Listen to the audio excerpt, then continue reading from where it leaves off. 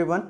आज काफ़ी दिन बाद मुझे मौका मिला आप लोगों के साथ में इंटरेक्ट करने का, क्योंकि as you are able to see कि बाहर बहुत ज़्यादा तेज़ बारिश हो रही है और जिस वजह से आज सारी ऑफलाइन क्लासेस ऑफ हैं and that's why I decided कि आज एक वीडियो बनाता हूँ और आप लोगों के साथ साझा करता हूँ।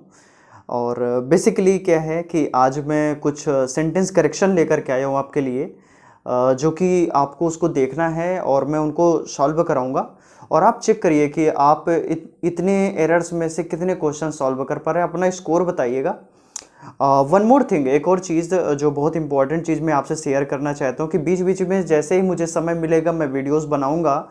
तो ये बता दीजिए कि आप चैप्टर वाइज कॉन्सेप्ट वाइज पढ़ना चाहते हैं या केवल और केवल प्रैक्टिस करना चाहते हैं। हमारा मेन फोकस, अगर मैं ग्रामर की बात करूं या वोकैब की बात करूं, तो एसएससी सीजीएल, अग्निवीर और इसके बाद में बैंक का जो फॉर्म आया हुआ है एसबीआई का, ठीक है। तो ये इन पर हमारा मेन फोकस रहेगा। बाकी और भी जिस एग्ज़ाम की आप प्रिपरेशन कर रहे हैं, जैसे TET, C TET, super TET हो गया, ये बहुत ईजिली, बहुत आसानी से आपका निकल जाएगा। वन मोर थिंग, एक और चीज़, एक और कैटेगरी में इस पे ऐड करने वाला हूँ, that is spoken English course.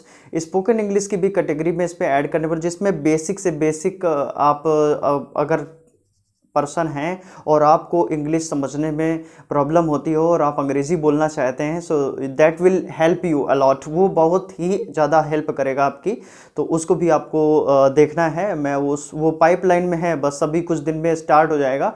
और बेसिकली क्या है कि चलिए इन जो मैं क्वेश्चन आपको कराने वाला हूँ, इन क्वेश्चन पे आप फोकस करिए और इनको करने की कोशिश करते हैं। क्वेश्चन है हमारा, another baffling change that I noticed in him nowadays is that he avoids to speak to me। और इसके बाद में नो एरर। अब आप देखिए इस क्वेश्चन पे कि कहाँ पे इसमें गलती समझ में आ रही है। तो चलिए ठीक है, आपको अगर गलती आ रही होगी तो आप देख के ही पता लगा लेंगे। वैसे इंग्लिश का सेक्शन इस मामले में बहुत अच्छा होता है कि इसमें ज़्यादा समय नहीं लगता। अगर इंग्लिश आपको आ रही है तो आप बहुत ही कम समय में इंग्लिश के पूरे पेपर को सॉल्व कर सकते हैं, ठीक है। अब इसमें गलती की बात करते हैं। तो यहाँ पर देखिए, यहाँ पे एक वर्ड लिखा हुआ है अवॉइड्स, अवॉइड्स लिखा हुआ है, ठीक है। अवॉइड करना जैसे इग्नोर करना, निगलेक्ट करना, तो जैसे ये अवॉइड है, अवॉइड के साथ साथ पे और भी वर्ड होते हैं। जैसे मैंने लिख दिया स्टॉप या मैंने लिख दिया स्टार्ट, ठीक है। ये हमारे कुछ शब्द होते हैं और भी बहुत सारे शब्द हैं, मैं आगे बताऊंगा। तो बेसिकली क्या है कि ये जो फॉलो करते हैं, ये अपने साथ में जीरंड को फॉलो करते हैं, ये अपने साथ में जीरंड फॉलो करते हैं, यानी इनके साथ में वर्ब आईएनजी फॉर्म आनी चाहिए, है ना। तो वर्ब आईएनजी फॉर्म आनी चाहिए। तो यहाँ पे अवॉइड्स के साथ में जो टू स्पीक लिखा है वो बेटा गलत है, वहां पे क्या होना चाहिए, स्पीकिंग। स्पीकिंग कर दीजिए और हमारा क्वेश्चन जो है वो सही हो जाएगा। तो यहां पर आपको गलती मिल गई, यहां पे हमारा जो है पार्ट सी में प्रॉब्लम है। आते हैं सेकंड नंबर क्वेश्चन पे। सेकंड नंबर क्वेश्चन देखिए, सेकंड नंबर क्वेश्चन पे बोल रहा है, I asked him how could he go out if it started raining. अब आप ये क्वेश्चन देखिए, बहुत ही आसान सा क्वेश्चन है ये, और इस क्वेश्चन को सॉल्व करने में आपको बिल्कुल भी टाइम नहीं लगेगा और तुरंत ये क्वेश्चन आपसे सॉल्व हो जाएगा। तो यहां पर आप एक चीज देख रहे होंगे कि यहां पर कुड ही लिखा हुआ है, हाउ कुड ही। अब हाउ कुड ही कैसे हो सकता है जब आगे क्वेश्चन मार्क नहीं लगा हुआ है।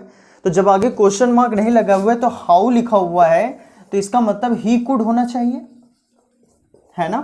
तो यहाँ पर सेकंड पार्ट में हमारी जो गलती है वो कौन सी, हाउ कुड ही। यहाँ पे हमारा जो है दिक्कत है, हाउ ही कुड हो जाएगा और क्वेश्चन हमारा। थर्ड नंबर क्वेश्चन पे हमसे बोल रहा है, one of the state in which satyagraha was offered was Rajkot where he had spent his youth.